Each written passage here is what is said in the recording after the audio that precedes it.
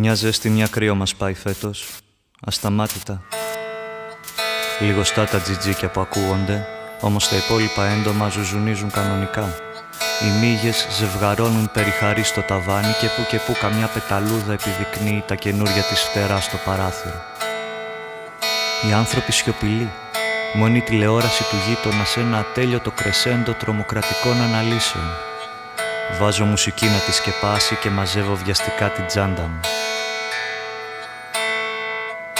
Στην παραλία οι λουόμενοι λιγοστοί. Κάτι γονείς φωνάζουν αλόφρονες στα παιδιά τους να μην γελάνε και παίζουνε μην και κολλήσουν. Στο νερό ένα ζευγάρι εφήβων πλατσουρίζει χαρούμενα κι εγώ αφήνομαι να φαντάζομαι πως από νερό ο ερωτάς τους θα γίνει βροχή και θα πέσει πάνω στις τηλεοπτικές κεραίες να τις κάψει.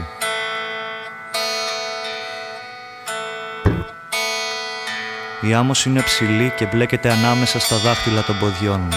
Τα κουνάω και το τρίξιμό της που δεν ακούγεται γίνεται η ανατριχιαστική υπόκρουση για τις μέρες που θα έρθουν.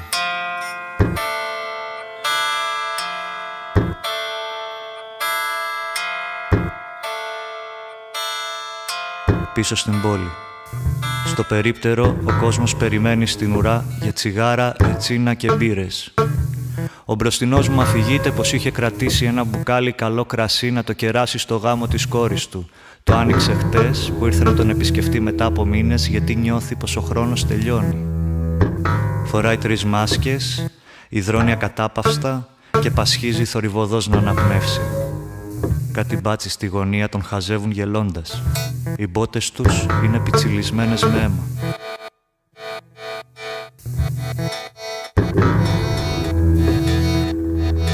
Από την πλατεία μυρίζει παλιά φωτιά και δακρυγόνο κι όμως εμένα μου μυρίζει θυμάρι, ρίγανη και φασκόμηλο. Σου πάνε αυτές οι μυρωδιές και τα χρώματα. Σε παίρνω από το χέρι και με μια αποφασιστική κίνηση βουτάμε τα κεφάλια μας στα ποκαΐδια. Στο είχα πει, εμείς θα συνεχίσουμε να υπάρχουμε ως σκιές ή πυλός και ροκανίζοντας το σύμπαν από τα βάθη του θα περιμένουμε τη νέα νεότητα που ίσως επιτέλους μας πετύχει διαφορετική.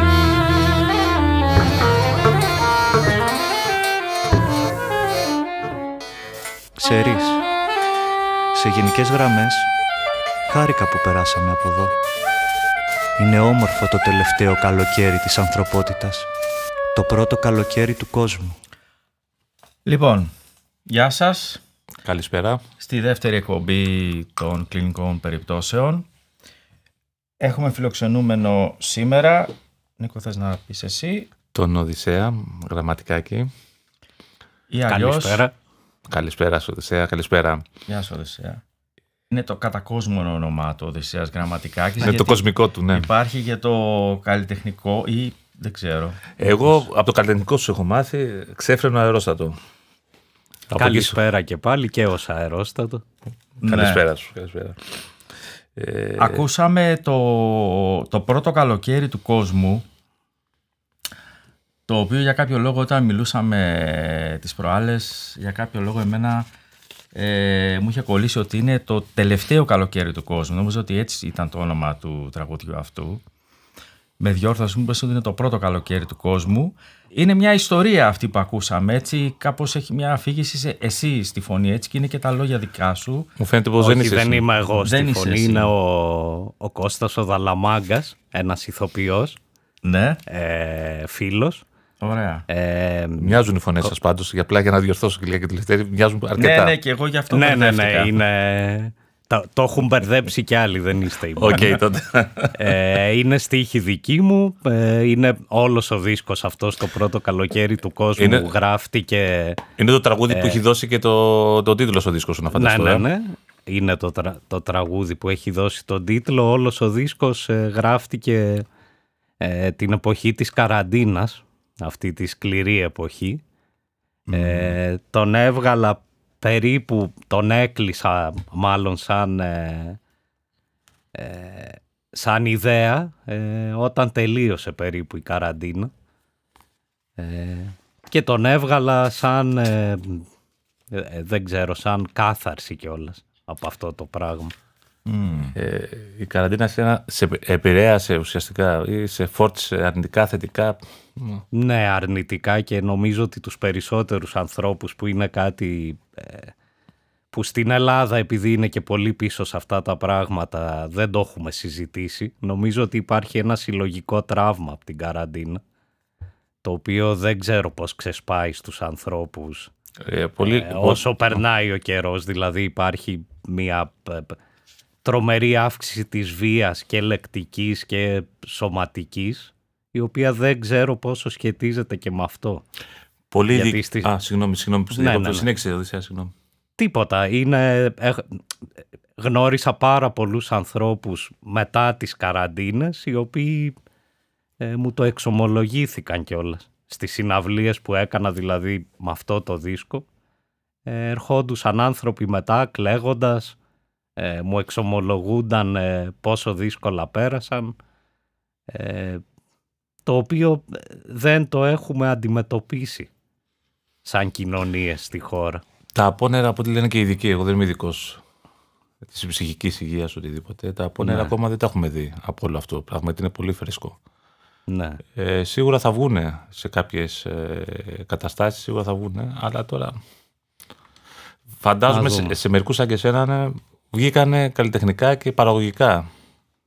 Ναι, δεν σημαίνει ότι ήταν ευχάριστη αυτή η διαδικασία. Μα μουσική δεν κάνεις για να ευχαριστήσεις, για να ξορκίσεις περισσότερο. Κάνεις πολλές φορές. Δηλαδή ήταν και για μένα πάρα πολύ δύσκολο. Εντάξει, βγήκε ο δίσκος τουλάχιστον, μοιράστηκα κάποιους στίχους, κάποια αισθήματα, αν θες, με άλλους ανθρώπους, και αυτό βοηθάει. Τώρα που λέμε για δίσκους, εμείς ξέρουμε ότι είναι ο τρίτος δίσκος.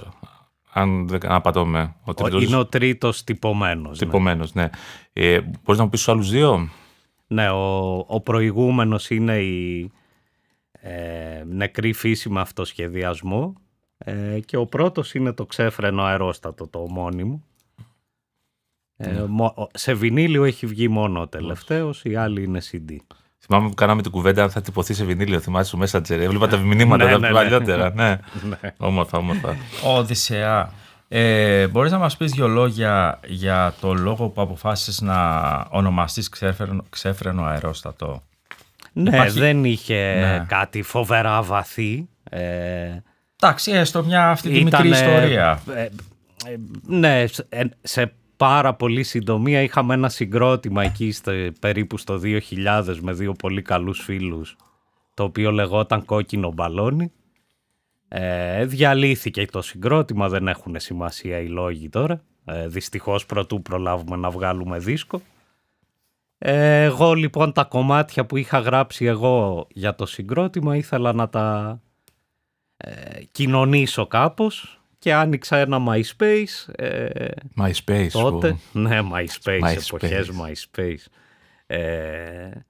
Όπου από ένα φόρουμ που συμμετείχα τότε ήταν ένας φίλος που είχε το ψευδόνυμο Ξέφρενο αερόστατο, του λέω να στο κλέψω, γιατί μ' άρεσε και σαν συνέχεια από το μπαλόνι να πάμε στο αερόστατο. Και έμεινε αυτό. Ωραία. Και δεν μου λες, πριν απομακρυνθούμε από αυτό που ακούσαμε ήδη, έτσι, για το πρώτο καλοκαίρι του κόσμου, θες να συμπληρώσεις κάτι περισσότερο σε αυτό? Γιατί είναι μια ιστορία που αφηγείσαι, κατάλαβα. Ναι, είναι... Έτσι, ναι, και... πες Νίκο. Είναι ένα κόνσεπτ ουσιαστικά που έχεις στο μυαλό σου και το βγάλες σε κομμάτια. Είναι ένα συνολικό κόνσεπτ ή το κάθε τραγούδι αφορά μια ιστορία διαφορετική? Όλοι οι δίσκοι μου έχουν κάποιο κόνσεπτ, εκτός ίσως από τον πρώτο που δεν είναι πάρα πολύ έτσι. Δηλαδή εδώ, ναι, όλος ο δίσκος είναι ένα κόνσεπτ, αλλά είναι και χωριστά πράγματα. Δηλαδή η έννοια του κόνσεπτ τη χρησιμοποιώ πιο υπόγεια. Ναι, υποδόρια. Ναι, τώρα το συγκεκριμένο κομμάτι ήταν σημειώσεις που κρατούσα στην πανδημία, ιδέες που είχα, που τελικά τις έκανα αυτό το κείμενο, ας πούμε, που απαγγέλει ο Κωνσταντίνος. Μάλιστα, οπότε είναι σημειώσεις αποσπασματικές που έγιναν κάποια στιγμή ένα ενιαίο κείμενο, έτσι? Ναι, κάπως έτσι. Ωραία, ναι. Θες να μας πεις κάποιες αναφορές σου κειμενικές, όπως λέει και ο συνάδελφος εδώ, πάνω σε αυτό το δίσκο. Ναι, ο δίσκος είναι πρώτον οι προφανείς αναφορές, δηλαδή αυτές που είναι ποίηματα άλλων. Έχω κάποια αποσπάσματα από το Γονατά, ένα μεγάλο λογοτέχνη που δεν είναι πολύ αναγνωρισμένος. Έχω ένα ποίημα της Έμιλι Ντίκινσον που το έχω μεταφράσει ο ίδιος μάλιστα, που την αγαπάω πολύ. Έχει ένα ποίημα του Καβάφη και τα υπόλοιπα είναι δικά μου, αν δεν ξεχνάω τίποτα. Και έχει και ένα του Γκίνσπεργκ που το απαγγέλει ο ίδιος, του το έχω κλέψει. Ναι. Και για πες μας για την Ντίκινσον και τον Καβάφη, τα ποίηματα που έχεις χρησιμοποιήσει. Της Ντίκινσον είναι το ποίημα με νούμερο 54. Η Ντίκινσον δεν εξέδιδε τα ποίηματά της, δεν τα ονομάτιζε, ήταν όλα χειρόγραφα. Είναι το νούμερο 54 λοιπόν αυτό, και του Καβάφη είναι η πασίγνωστη μονοτονία. Ναι, έχει εδώ σε μια ωραία έκδοση που έχω στα χέρια μου για την Ντίκινσον τώρα, γράφει κάπου ότι η Ντίκινσον, λέει, άφησε τα χειρόγραφα των ποιημάτων της σε ακαταστασία και απροετοίμαστα για δημοσίευση. Ναι. Αυτό είναι μια φράση που είναι πολύ έτσι τρανταχτή για την ίδια. Δηλαδή όταν το διάβασα είχε μια μελαγχολία, έτσι κάπως ξέρεις ότι έφυγε ο άνθρωπος και άφησε πίσω τα κείμενά του. Ναι, δηλαδή νομίζω η Ντίκινσον... Από την άλλη όμως κιόλας, ναι, ίσως δεν γι' αυτό θα νοιαζόταν. Δεν ξέρω τώρα, η Ντίκινσον ήταν... Κοίτα, η Ντίκινσον εγώ πιστεύω ότι είχε συναίσθηση της μεγαλοφυΐας της και γι' αυτό, παρόλο που την πιέζανε, δεν την ενδιέφερε με έναν άλλο τρόπο, ή τουλάχιστον εγώ έτσι θέλω να φαντάζομαι, γιατί ζούσε εκεί στο σπίτι της, στη φύση, απομονωμένη, είχε έναν φίλο από ό,τι ξέρω, ας πούμε, δεν είχε καμία κοινωνική ζωή. Πολλά ποίηματα ήταν... Και δεν την ενδιέφερε απλά, δηλαδή σαν θα μπορούσα να το δω ότι δεν ήθελε τα εγκόσμια, ας πούμε. Ήταν τόσο αφοσιωμένη στην ποίησή της που δεν την ενδιέφερε το εγκόσμιο πράγμα του να τα εκδώσει, να βγάλει λεφτά κλπ. Όπως και δεν ενδιαφερόταν να εκδοθεί και ο Ασλάνογλου, ένας άλλος ποιητής που υπάρχει στους δίσκους μου, δικός μας. Ναι. Τώρα κατά σύμπτωση αυτό το βιβλίο που έχω και λέει 44 ποίηματα και 3 γράμματα, όπου την επιλογή, μετάφραση, σχολιασμό και επίμετρο έχει κάνει ο Ερίκος Σοφράς. Σοφράς νομίζω, δεν παίρνω όρκο. Και έχει αφιερωθεί το βιβλίο αυτό στη μνήμη του Νίκου Αλέξη Ασλάνογλου. Ναι. Έτσι, που έφυγε από τη ζωή το 1996. Τώρα βέβαια έχουμε πάει λίγο επιτροχάδιν και ίσως και λίγο, δεν ξέρω, ανάποδα. Ωραία. Ναι, δεν πειρά. Γιατί εσύ έχεις κάνει για τον Ασλάνογλου κάποια στιγμή, ξέρω ότι οι οδές στον πρίγκιπα αφορούν δουλειά του, έτσι, ένα CD που έχει κάνει μια παρουσίαση. Ναι, τι ήταν είναι... αυτό ακριβώς. Ναι. Αυτό είναι που δυστυχώς δεν έχει τυπωθεί και κάθε χρόνο λέω ότι θα το τυπώσω και τελικά ποτέ δεν το οργανώνω.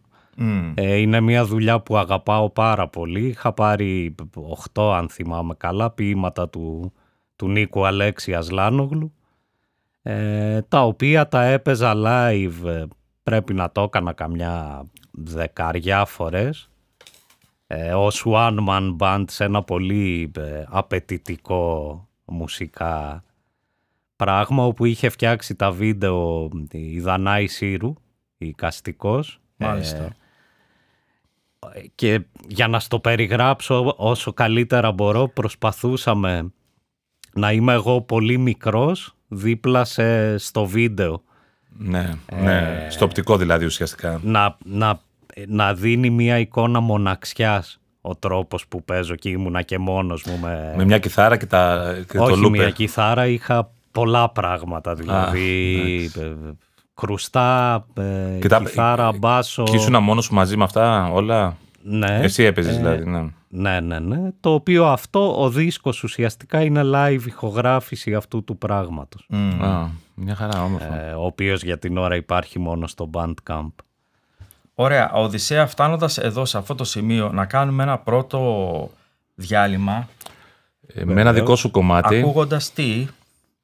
Ο μεγάλος θρήνος της αφάνειάς μου. Ο μεγάλος θρήνος της αφάνειάς μου, 4. 4.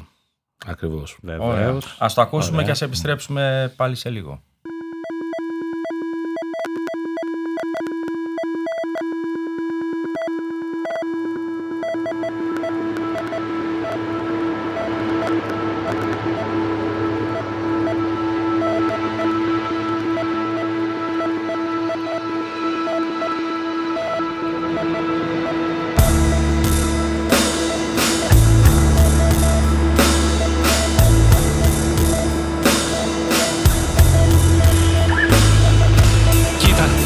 Πιο αθώος από σένα, αλλά καμιά φορά ονειρεύομαι να συγκρατήσω το ψέμα.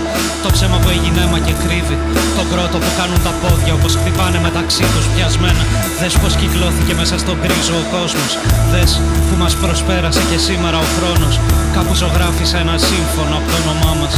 Και μια γραμμή χαράχτηκε στα νέκφρα στα πρόσωπά μας.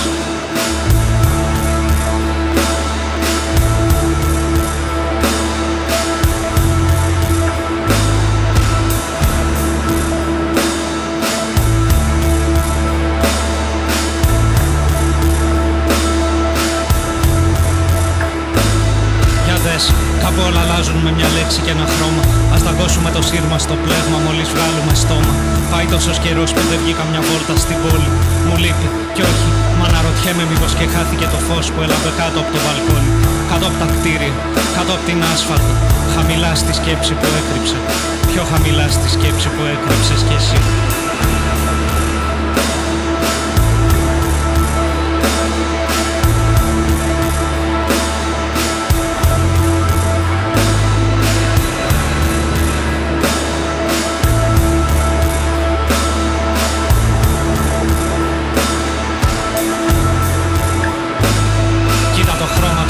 Όταν σερνόμαστε μέσα του. Είσαι μαζί μου, δεν είμαι μαζί σου. Ποιος είναι πιο άσχημος αυτή την ακαθόριστη διαδρομή? Αν τεντώναμε λιγάκι αυτή τη στιγμή, ίσως να μας έπνιγε πρωτού γυρίσουμε στη στροφή. Ίσως να μας άφηνε να ταξιδέψουμε κάπου πιο μακριά μαζί. Ο χρόνος περνάει. Αυτά που δεν είδαμε, αυτά που δεν είπαμε, αυτά που αναβάλαμε.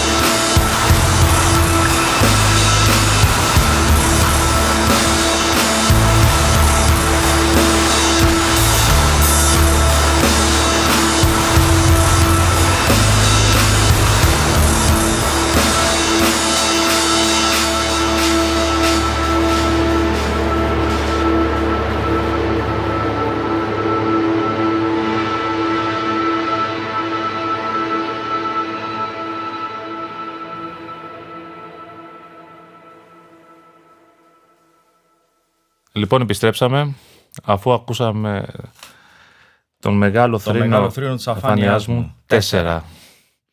Λοιπόν, δεν αναφερθήκαμε καθόλου, Οδυσσέα, πού βρίσκεσαι, πού μένεις, πού κατοικοεδρεύεις και ποιος είναι ο άνθρωπος και με τι ασχολείσαι.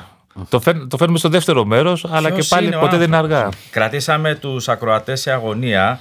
Ξέρεις, είναι σαν τα μάτς της εθνικής μπάσκετ στην ΕΡΤ.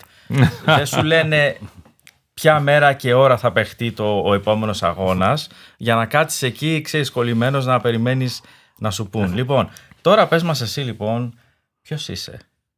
Ποιος στα αλήθεια είσαι, Οδυσσέα? Το ποιος στα αλήθεια είμαι είναι... Θα χρειαστούν πολλά podcast για να είναι το υποσυζήτηση. ανακαλύψουμε. Ναι, Για πάμε. Ναι. Στα πρακτικά είμαι Οδυσσέας, ζω στο Ηράκλειο της Κρήτης. Από εδώ είμαι κιόλας. Είμαι μουσικός εδώ και ξέρω εγώ πόσα 25 χρόνια πλέον αισίως. Ασχολείσαι επαγγελματικά με τη μουσική. Ναι, δηλαδή περίπου στα 20 μου αποφάσισα ότι αυτό θα κάνω, έστω και αν δεν έχει έσοδα, ας πούμε, ότι αυτό θέλω να κάνω με τη ζωή μου. Και διατηρείς στο Ηράκλειο κάποιο στούντιο, κάποιο χώρο? Αυτό είναι πιο νέα εξέλιξη. Είχα πάντα ένα home studio εδώ. Τον τελευταίο ούτε χρόνος δεν είναι. Έχω γίνει ελεύθερος επαγγελματίας. Πλέον μας λένε ατομικές επιχειρήσεις. Ατομικές επιχειρήσεις. ΑΕ. Το βρίσκω λίγο ατομική επιχείρηση. Κάπως. Τέλος πάντων έχω το στουντιάκι μου εδώ το οποίο το βελτιώνω συνέχεια, όπου κάνω μίξεις, παραγωγές, ηχογραφήσεις λίγων οργάνων γιατί είναι μικρό. Και μαθήματα μουσικής. Ίσως. Μαθήματα δεν έκανα ποτέ. Έχω κάνει δηλαδή σε επιλεγμένα άτομα. Ναι. Γιατί δεν μ' άρεσε. Θεωρώ ότι είναι κάτι που πρέπει να το αγαπάς πάρα πολύ, γιατί έχεις την ευθύνη του άλλου ανθρώπου. Ναι. Το αν θα αγαπήσει ή θα μισήσει τη μουσική ή αν θα εξελιχθεί όπως πρέπει.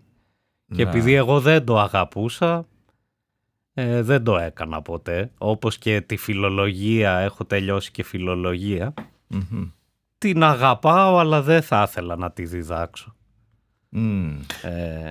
Δεν θεωρώ ότι είναι. Την έκανες για εσένα.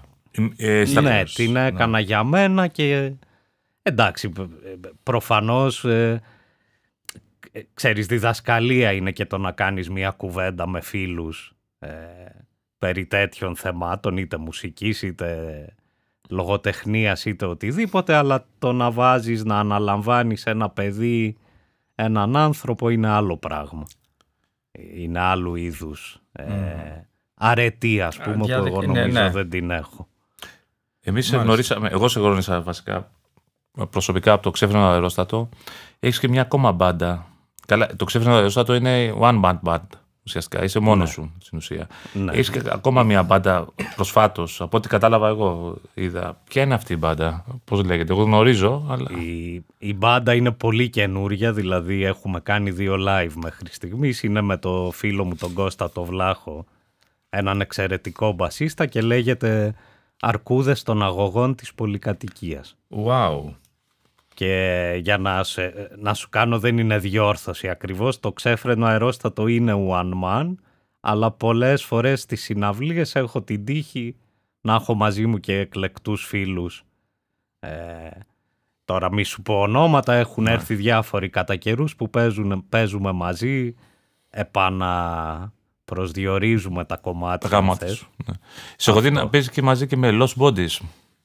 Ναι, Lost Bodies έχω παίξει τίποτα, ένα κομμάτι ήταν σε μια συναυλία που έχουμε γράψει μαζί με το Θάνο τον Γκόη, δηλαδή μου έδωσε τους στίχους και έβαλα τη μουσική. Λέγεται «Δεν υπάρχει ιστορία» το κομμάτι αυτό. Μπορείτε οι ακροατές μπορούν να το βρουν στο YouTube. Θα το ψάξουμε. Το όνομα της μπάντας αυτής, από πού το έχεις πάρει? Το έκλεψα από ένα διήγημα του Χούλιο Κορτάσαρ που λέγεται «Ο λόγος της Αρκούδας» και ξεκινάει «Είμαι η Αρκούδα των Αγωγών της Πολυκατοικίας». Φάνταστο όνομα, ωραίο για μπάντα. Ναι, είναι το πρώτο που σκέφτηκα, το είπα στον Κώστα, μετά φάγαμε άλλες 2 εβδομάδες να ψάχνουμε κάτι καλύτερο γιατί μας φαινόταν μεγάλο. Και τελικά επιστρέψαμε σε αυτό, αφού κάναμε μία λίστα με, 50 ονόματα. Αν και δεν είναι εμπορικό για αφήσεις και όλα αυτά, καταλάβεις, δεν είναι βολικό για αφήσεις, ούτε για δίσκους, ξέρεις. Αλλά όμως αυτό κινεί το ενδιαφέρον για περισσότερους από εμάς να τους ακούμε περισσότερο, ξέρεις. Και το Ξέφρενο Αερόστατο το βλέπουν και νομίζουν ότι είναι παιδικό πάρτι, άρα έχω πολύ πετυχημένα ονόματα. Είμαι η χαρά του μάνατζερ. Έτσι ακριβώς, της δισκογραφικής, ακριβώς. Ναι. Τώρα όσον αφορά για Ηράκλειο είπες, κατοικοεδρεύεις. Μουσικά, εκεί τα πράγματα. Να το πάμε γλυκά και στην πόλη κιόλας. Ναι. Πώς είναι, από συναυλίες, από ζωντανά? Κοίτα, το Ηράκλειο ήταν πάντα μια πολύ εμπορική πόλη. Δίνει δηλαδή πάντα προτεραιότητα στο εμπόριο, περισσότερο από οτιδήποτε άλλο.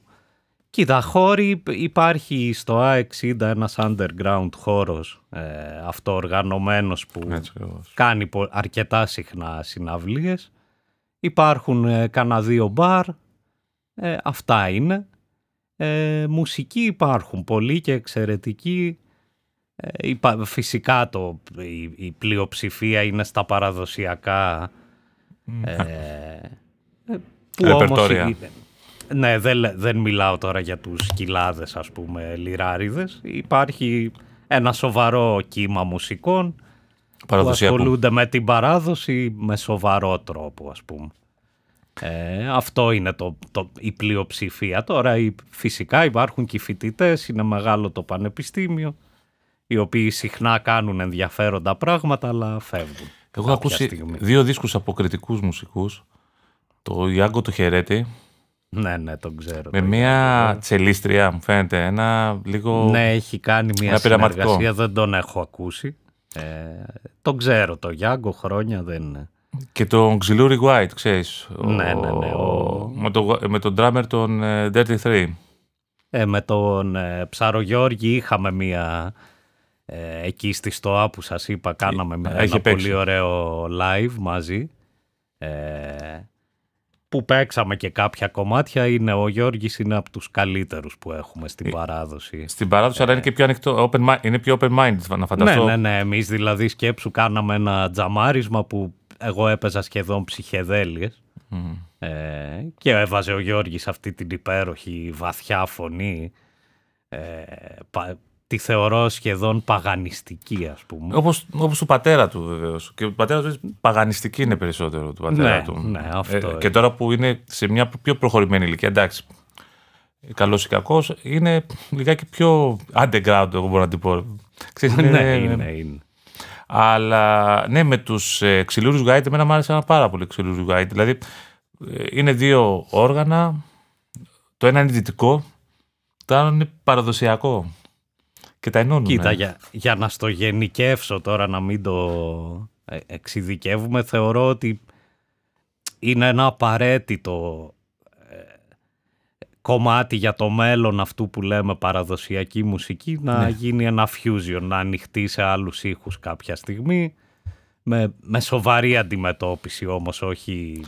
Μα και παραδοσιακή, άμα τη δεις, μέσα στα χρόνια της ζωής μας, έχει παραμείνει και την ακούμε και την παίζουμε κι εμείς και οποιοσδήποτε, γιατί σκάει λιγάκι κάθε εποχή και από το κουκούλι της. Δεν μπορεί να μείνει σε ένα κουκούλι παραδοσιακή. Εντάξει, γιατί και το 20 υπήρχε παραδοσιακή μουσική, μπήκαν άλλα όργανα μέσα. Και το 40 υπήρχε παραδοσιακή, μπήκαν και άλλα όργανα. Μετά γίνανε ηχογραφήσεις. Σιγά σιγά ανοίγει το κουκούλι, σπάει το κουκούλι.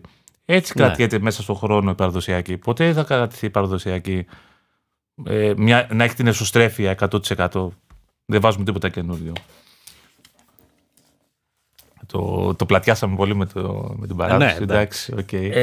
Εντάξει, έδωσε ένα στίγμα ο Οδυσσέας του που είναι και τι κάνει. Να ακούσουμε άλλο ένα τραγούδι. Βεβαίως. Να ακούσουμε τι αυτή τη φορά, να βάλουμε κάτι από την νεκρή φύση, να βάλουμε... Κάνουμε τη διασκευή που έχεις κάνει στους Lost Bodies. Τους ρομαντισμοί κρατικοί. Από μένα, ό,τι θέλετε, παιδιά. Για μας είναι και αυτή ενδιαφέρον πάντα. Η διασκευή την έχω κάνει μαζί με έναν άλλο φίλο, τον Κώστα τον Καρατάσο. Που για να καταλάβετε το δουλέψαμε τόσο πολύ σαν ένας άνθρωπος μαζί με τον Κώστα, που δεν θυμάμαι ποιος έχει παίξει τι από τους δυο μας. Ομογενοποιήθηκε όλο αυτό, ναι, ομογενοποιήθηκε πλήρως. Ωραία. Οπότε είμαστε μια χαρά, γιατί και εγώ στην αρχή δεν είχα προσέξει ότι τα λόγια δεν είναι δικά σου στο πρώτο τραγούδι που παίξαμε.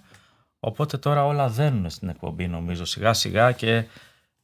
Τα λόγια εννοείς η απαγγελία. Ναι, η απαγγελία. Ότι δεν το είχα πει εγώ.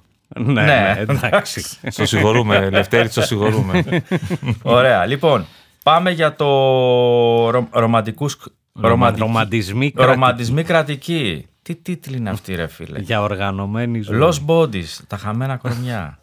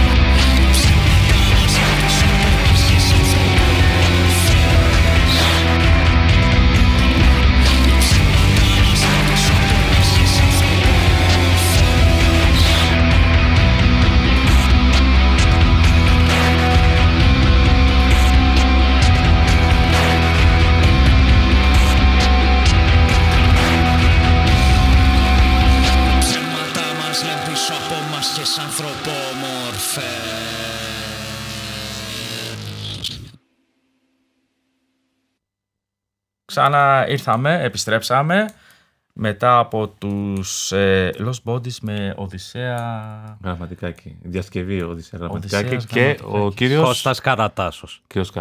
Καρατάσος. Λοιπόν, Νεκρή Φύση ήταν το CD, ο δίσκος. Το άλμπουμ. Το άλμπουμ, αυτό τέλος πάντων. Οδυσσέα, μια ερώτηση. Συγγνώμη, σε διάκοψα. Τίποτα, πήγα να πω ότι το άλμπουμ αυτό που είναι το δεύτερο που τύπωσα ήταν, όπως είπαμε για το άλλο, ότι το υπόγειο κόνσεπτ του ήταν οι καραντίνες και ο εγκλισμός. Mm-hmm. Σε αυτό το άλμπουμ το υπόγειο κόνσεπτ είναι η οικονομική κρίση, του 11 δηλαδή. Ναι.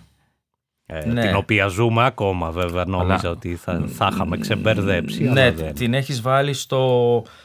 αυθεντική ελληνική pop νομίζω, εκεί φαίνεται μέσα. Εκεί είναι το πιο straight, ας πούμε. Ναι. Είναι το μνημόνιο, το άλμπουμ αυτό. Για να καταλάβουν οι ακροατές, είναι ένα κομμάτι που απαγγέλω ένα απόσπασμα από το μνημόνιο, ναι. Και το λέμε αυθεντική ελληνική pop, γιατί είναι αυτό που Και είναι προαπαιτούμενο αυτό, έτσι, για να ακούσεις ολόκληρο το άλμπουμ μετά. Πολύ καλό, πολύ καλό. Στο έχω, πολύ καλό. Και εμείς οι τρεις εδώ κάνουμε ένα θεσμό τώρα, δηλαδή. Ναι. Πώς λέγονταν αυτό? Θεσμός. Όχι θεσμός. Τρόικα. Τρόικα. Μετά γίνανε θεσμοί. Πιο πολιτικά correct. Ναι. Υποφέρει πολύ όλοι μας. Οδυσσέα. Τώρα, ως one man band, δηλαδή ως ένα στην μπάντα, η προσέγγιση και στο γράψιμο, αλλά και στο στίχο, αλλά και στη μουσική, πώς το προσεγγίζεις, πώς το χτίζεις στην ουσία και το κομμάτι από θέμα στιχουργικής και από θέμα μουσικής? Κοίτα, πρώτα απ' όλα δεν αφήνω ποτέ να με δεσμεύσει το ότι είμαι one man band. Δηλαδή όταν γράφω στο στούντιο, όταν κάθομαι και γράφω ή όταν κατεβάζω ιδέες ή όταν είμαι σε δημιουργική κατάσταση, γράφω ό,τι ακριβώς έχω στο μυαλό μου. Και μετά αυτό, όταν έρθει η ώρα να το κάνω live, το προσαρμόζω για το live. Σε ένα πρακτικό επίπεδο. Σίγουρα, για να βγει το live. Στο αν θες πνευματικό επίπεδο, η δυσκολία του να είσαι one man band είναι ακριβώς ότι είσαι μόνος σου, δεν έχεις να μοιραστείς με κάποιον τις ανησυχίες σου, που είναι πολύ σημαντικό στη δημιουργική διαδικασία. Δεν έχεις κάποιον να σου δώσει μια ιδέα, να σε ξεκολλήσει, να σε πάει παραπέρα. Εγώ ευτυχώς έχω πάρα πολύ καλούς φίλους, εξαιρετικούς μουσικούς που μοιράζομαι καμιά φορά σε πρώιμο στάδιο τις ιδέες μου και με βοηθάνε. Αλλιώς είναι αρκετά σκληρό πράγμα και τα live είναι σκληρά, γιατί πάλι δεν έχει συμπαράσταση από κάπου, από κάποιον δικό σου άνθρωπο να μοιραστείς το άγχος και λοιπά. Βεβαίως δεν έχεις και τα αρνητικά της μπάντας, τα αρνητικά που ξέρεις, γιατί είναι μια μικρή κοινωνία και μπάντα. Διαφωνίες, εγωισμούς και όλα αυτά. Ναι, εντάξει, αλλά δεν ξέρω ποιο τελικά είναι. Ναι, σίγουρα. Δηλαδή και τώρα με τις αρκούδες, ας πούμε, το χαίρομαι πάρα πολύ που έχω τον Κώστα και συνεννοούμαστε, κατεβάζουμε μαζί ιδέες, τζαμάρουμε, όλη αυτή η διαδικασία μου είχε λείψει πάρα πολύ. Οι δίσκοι σου, εκτός του τελευταίο, οι δύο πρώτοι τυπώθηκαν σε CD. Ναι. Ο τελευταίος είναι σε βινίλιο. Ναι. Όλες και αυτές... CD. Και CD, ναι, και βινίλιο και CD, συγγνώμη. Όλα αυτά είναι αυτοεκδόσεις, τι είναι DIY? Ναι, είναι τελείως DIY.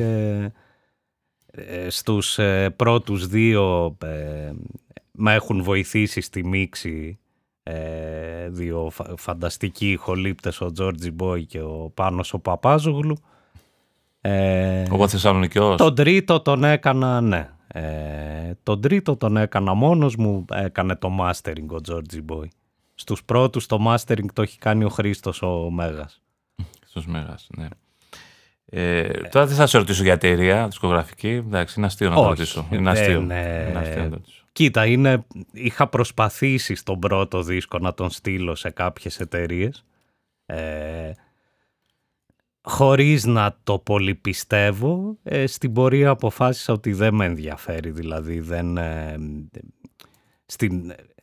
προτιμώ την underground, την ελευθερία που δίνει το να είσαι underground. Με την έννοια, δεν ξέρω και τι θα μπορούσε να μου προσφέρει μια εταιρεία, ας πούμε. Σε αυτό συμφωνούμε και εγώ και ο Λευτέρης, γι' αυτό είμαστε και περιπτώσεις κλινικές. Όπως και να έχει. Αυτό με ενδιαφέρει περισσότερο, να δω και τον τοποθέτησή σου μέσα στη συγγραφή, σύνθεση και συγγραφή του στίχων. Φαντάζομαι ότι όλο το συγχωρητικό κομμάτι σου έχουν κάποιες αναφορές από αυτά που διαβάζεις και από αυτά που ζεις. Okay? Ναι, βέβαια. Τώρα, είπαμε κάποιες αναφορές σου στο πρώτο κομμάτι της συνέντευξης, του podcast. Ναι. Θα ήθελες να αναφέρουμε καμία άλλη? Να ρωτήσουμε... Θέλω να ρωτήσω τον Οδυσσέα κάτι πιο... Αν μπορεί να μας πει κάπως όπως στο πρώτο που ξεκινήσαμε, που αν έχεις μικρές φράσεις τις οποίες κάποια στιγμή τις ενώνεις και τις κάνεις ένα αφήγημα ή βγαίνεις έξω, παρατηρείς και γυρνάς σαν τον όπως ο συγγραφέας που προσπαθεί να χτίσει ένα αφήγημα από την αρχή, με αρχή, μέση, τέλος, μικρό όμως, δηλαδή έχει στο νου σου να είναι μια σελίδα πράγμα, έτσι ώστε να μπορείς μετά να το διαβάσεις το μικρόφωνο και να του βάλεις μουσική. Ή θα μου πεις τώρα, εντάξει, χρησιμοποιώ όποιο τρόπο, ξέρω εγώ, μάλλον μου βγει, αλλά θα ήθελα κάπως να μας το πεις αυτό, να το σχολιάσεις. Θα σου πω το πιο συνηθισμένο, φυσικά δεν είναι, υπάρχουν και εξαιρέσεις σε όλα αυτά. Το πιο συνηθισμένο στη δική μου δημιουργική διαδικασία είναι ότι περνάω πολύ χρόνο μαζεύοντας ιδέες, όχι απαραίτητα σημειώνοντάς τις, περισσότερο σαν εμπειρία. Και κάποια στιγμή κάθομαι και γράφω. Όταν νιώσω ότι είναι έτοιμο κάτι να δημιουργηθεί, που εντάξει και πολλά από αυτά μπορεί και να τα πετάξω στην πορεία, ας πούμε. Δεν είναι... Ναι, δηλαδή το αντιμετωπίζω τελείως όπως βγει. Όπως πάει το πράγμα, ναι. Όπως πάει. Δηλαδή τώρα αυτό το δίσκο, το τελευταίο που λέγαμε, το πρώτο καλοκαίρι του κόσμου, γράφτηκε σε όλο το χρόνο της καραντίνας και όταν τελείωνε αυτό το πράγμα, που τελικά δεν τελείωνε βέβαια, όταν ένιωθα ότι τελείωνε, έκατσα και πιέστηκα πάρα πολύ για να τα τελειώσω τα κομμάτια. Να ολοκληρωθούν, ας πούμε, και να τα κλείσω. Γιατί πιέστηκες να το κλείσεις? Γιατί επειδή είναι κομμάτια που συνδεόντουσαν με την εμπειρία, τη συλλογική, ένιωθα ότι θα τα πετούσα. Αν άφηνα να περάσει χρόνος, θα τα πετούσα, γιατί δεν ήταν και μια εποχή στην οποία θα ήθελα να γυρίσω, ας πούμε. Κανείς μας. Πνευματικά. Ναι. Να την ανακαλέσω. Βλέπω όμως ότι εδώ, τώρα εγώ θα σε πάω λίγο κάπου αλλού, αλλά πάλι σε κείμενα θα σε στείλω. Στο ανεβοκατέβασμα της Νεκρής Φύσης που έχει στο άλμπουμ Νεκρή Φύση, έχεις αναφορά στο άλογο του Τωρίνο της ταινίας του Μπελατάρ, η οποία είναι μια εξαιρετική ταινία και εγώ τη θαυμάζω τον Μπελατάρ και για αυτή την ταινία. Και εκεί μέσα σε αυτό το τραγούδι υπάρχει και μια αναφορά στο Σιντάρτα του Έρμαν Έσε, ο οποίος λες ότι κάτι έκανε ένα οικόπεδο, το πούλησε με fast track. Ναι. Κοίτα, αυτό είναι ένα κομμάτι πάλι αυτοσχεδιαστικό είναι ουσιαστικά και η ποίηση είναι χυμαρώδης που είναι δικιά μου. Και έτσι την έγραψα κιόλας. Τώρα το άλογο του Τωρίνο είναι μια συγκλονιστική για μένα ταινία, αρκετά δυσπρόσιτη, όπου ο Μπέλαταρ ουσιαστικά αναφέρεται στο Νίτσε. Είναι μια φοβερά απεσιόδοξη ταινία και το τέλος της, οι λιγοστοί μονόλογοι που έχει, και είναι και η τελευταία ταινία που γύρισε ο Μπέλαταρ προτού αποσύρθει. Είπε ότι αποσύρεται, νομίζω μετά. Αποσύρθηκε τελείως. Δηλαδή μετά εμφανίστηκε μόνο μία στιγμή, από όσο ξέρω, που έκανε μία τρομερή πλάκα, παιδιά. Έβγαλε ανακοίνωση ότι θα δείξει μία ταινία μικρού μήκους στο Βέλγιο, αν θυμάμαι καλά, στην Αυστρία, κάτι τέτοιο. Και κάλεσε όλη την καλή κοινωνία του σινεμά, τους αριστοκράτες και λοιπά, και η ταινία είχε τραβήξει επί μισή ώρα άστεγους. Και ήταν αυτή η ταινία, το οποίο δεν την έχω δει βέβαια, αλλά το φαντάζομαι με την κινηματογράφηση του Μπέλαταρ θα πρέπει να ήταν συγκλονιστικό. Μάλιστα. Ναι, ο Μπέλαταρ αποσύρθηκε, τέλος πάντων αναφέρεται στο κομμάτι, το οποίο κομμάτι είναι επίσης αρκετά απεσιόδοξο. Μιλάει πάλι για την οικονομική κρίση, αναφέρεται με κάποια τέτοια σύνδεση, και το δεύτερο που είπες για τον Έσε, για το Σιντάρτα που πούλησε το χωράφι του με fast track, είναι μια πλακίτσα, ας πούμε, γιατί ο Σιντάρτα είναι μια, να μην την πω ρομαντική, είναι μια απλή ιστορία ενός απλού ανθρώπου που πουλάει το χωράφι του, ψάχνει την τύχη του. Εγώ το έβαλα να πωλείται με fast track. Θα μπορούσα να είχα πει το πούλησε το ταϊπέδ επίσης. Ναι, ο Σιντάρτα είναι περισσότερα πράγματα, το βιβλίο του Ερμανέσε, για μένα, από έναν τύπο που... Ναι, βέβαια, τώρα στο είπα... Ναι, εντάξει. Ωραία, οκ. Οπότε, έχεις διαβάσει, φαντάζομαι, το Σιντάρτα. Ναι, βέβαια. Ναι, δεν θα το ανέφερα αν δεν το είχα διαβάσει. Ξέρεις που αναφέρεται. Πάνε πολλά χρόνια. Ναι, εντάξει, οκ. Γιατί λίγο με τρόμαξες ότι πρόκειται, γιατί τον έχω διαβάσει κι εγώ. Το έχω διαβάσει και λέω τώρα διάβασα κάτι άλλο. Δεν είναι αυτό. Ωραία, οπότε... Όχι, το είπα, ναι. Ναι. Λοιπόν, ναι. Ωραία, οπότε ας ακούσουμε το ανεβοκατέβασμα και ας επιστρέψουμε βλέποντας τι άλλο μένει πια. Έχω σχηματίσει την εντύπωση ότι είσαι απεσιόδοξος κάπως, ή λίγο απεσιόδοξος ή πολύ, μέτρια, πώς να το πω. Εγώ έχω την αντίθετη γνώμη, να ξέρεις, για το Οδυσσέα. Και θα σου πω, έχω και λόγους που μπορώ να σου πω αυτό. Θα μας το αναλύσεις στο επόμενο μέρος αυτό. Ευχαρίστως.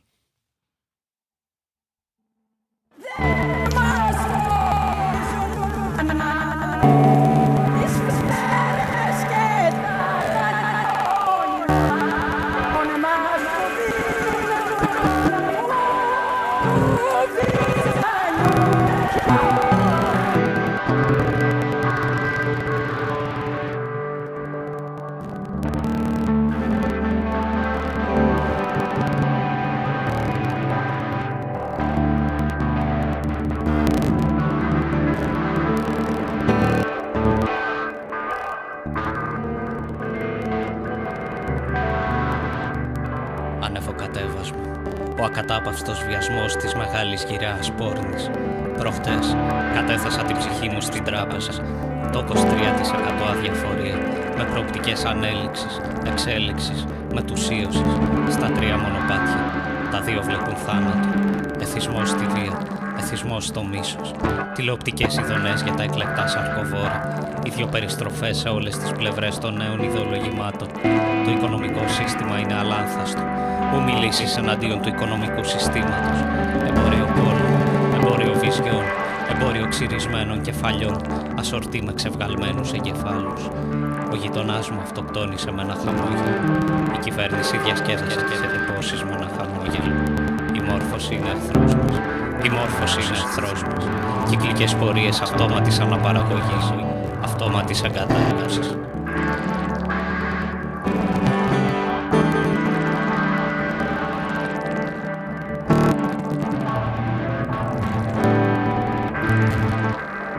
Ανεβοκατέβασμα. Διασκεδαστές ξεβγάζονται αυθημερών από τη μήτρα της πόρνης. Πουλάνε διασκέδαση. Πουλάει διασκέδαση. Ευτελισμός σε όλα τα επίπεδα αίσθησης. Ευτελισμός σε όλα τα επίπεδα παιδείας. Ο Σιντάρτα πούλησε το χωράφι του με fast track και το άλογο ξεψύχησε στο δρόμο για το Τωρίνο. Η γη δεν περιστρέφεται χωρίς πετρέλαιο. Οι καταράκτες να θεωρηθούν παράνομη παραγωγή ενέργειας. Απαγόρευση των παραθύρων για να μην κλέβεις τον ήλιο. Τα κυκλώματα είναι ο αυτοκράτορας. Το χρήμα είναι ο παντοκράτορας. Τα κομμένα βουνά αξίζουν μπόλικο χρυσάφι. Χωρίς χαλκό δεν θα κρεμιόμαστε από τα καλώδια. Απάνθρωπες φιλανθρωπίες, ανθρωπιστικά ψέματα. Ένα δέντρο που δεν πέθανε ποτέ. Κανένα δέντρο που δεν πέθανε ποτέ.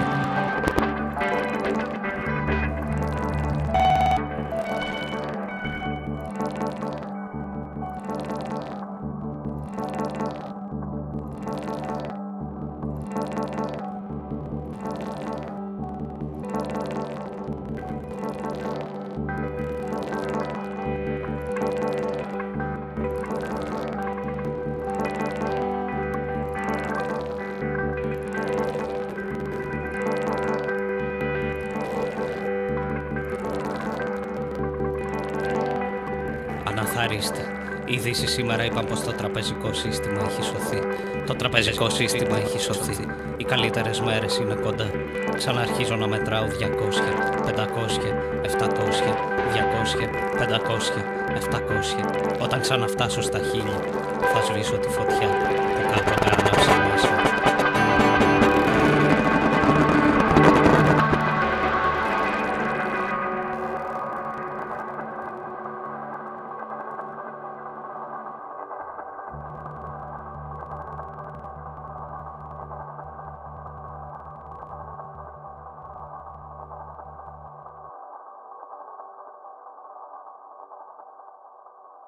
Γεια σας λοιπόν, επιστρέψαμε για άλλη μια φορά. Θα είναι το τελευταίο μέρος της εκπομπής αυτό ή μπορεί και όχι. Θα το δούμε, θα το δούμε. Τώρα, αναλόγως τι θα μας πει ο Οδυσσέας. Άμα μιλήσει καλά θα τον αφήσουμε, άμα δεν θα τα κόψουμε όλα και θα βάλουμε ένα τραγούδι. Μας ακούει. Οδυσσέα. Έχουμε λοιπόν, καλό μοντέρ να ξέρεις. Ναι. Οδυσσέα, ναι, λοιπόν, ακούσαμε το ανεβοκατέβασμα. Εξαιρετικό Οδυσσέα, μπράβο, πολύ καλό. Τι είπαμε? Ευχαριστώ. Ναι. Λοιπόν, χρωστάμε τώρα στο κοινό εδώ που μας ακούει να μας πεις τι είπαμε, αν είχαμε ένα δείκτη μέτρησης από το 1 μέχρι το 10, πόσο αισιόδοξος ή απαισιόδοξος θα δήλωνες? Κοίτα, με αφήνεις να δώσω 3 απαντήσεις. Να δώσεις. Λοιπόν, το πρώτο είναι ότι σαν χαρακτήρας γενικά ναι, είμαι απαισιόδοξος. Πάντα ήμουνα. Ναι.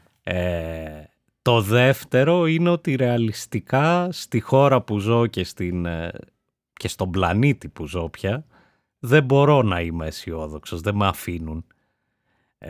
Δεν βλέπω δηλαδή πράγματα που μου τονώνουν το ηθικό. Το τρίτο είναι ότι προσπαθώ να είμαι αισιόδοξος παρόλα αυτά.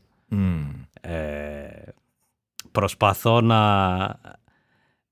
να αντιταχθώ στον απαισιόδοξο εαυτό μου και να βρω πράγματα που μου δημιουργούν αισιοδοξία. Η καθημερινότητά σου έχει κάτι που σου δίνει αυτή την αισιοδοξία ή υπάρχει μια... Η καθημερινότητα ναι, αλλά... Υπάρχει μια δυστοπία συνέχεια. Η καθημερινότητά μου είναι καλή, δεν θέλω να παραπονιέμαι. Δεν είμαι δυστυχισμένος, δεν έχω προβλήματα που έχει ο υπόλοιπος κόσμος κλπ. Αλλά δεν μπορώ να μην βλέπω και το συλλογικό πρόβλημα που είναι της χώρας και το παγκόσμιο πρόβλημα πλέον με την κλιματική κρίση, που είναι όλου του πλανήτη. Δηλώνεις ρεαλιστής δηλαδή. Είμαι ρεαλιστής, ναι, πάντα. Αφήνω το μη ρεαλισμό, αφήνω να επηρεάζει την τέχνη μου. Σαν άνθρωπος είμαι φανατικά ρεαλιστής και είναι και λίγο πρόβλημα. Έχουμε κλιματική κρίση. Πιστεύεις σε αυτό ή νομίζεις ότι κάπου υπερβάλλουμε? Όχι, δεν υπερβάλλουμε και το βλέπουμε κιόλας πλέον. Μια κλιματική κρίση στην οποία ευθυνόμαστε εμείς ή παίζει ρόλο και αυτό που λέμε η θέση του ήλιου τα τελευταία χρόνια? Όχι, αυτό δεν το πιστεύω. Δηλαδή πάντα σε αυτά κοιτάω τις επιστημονικές αποδείξεις, ας πούμε. Δηλαδή νομίζω ήταν ο Φάινμαν, ο σπουδαίος φυσικός, ο οποίος είχε προειδοποιήσει στο Αμερικάνικο Κογκρέσο σε ομιλία του ήδη από τα 70's για την κλιματική κρίση. Δεν θυμάμαι τώρα πότε ήταν, 76-77, κάτι τέτοιο.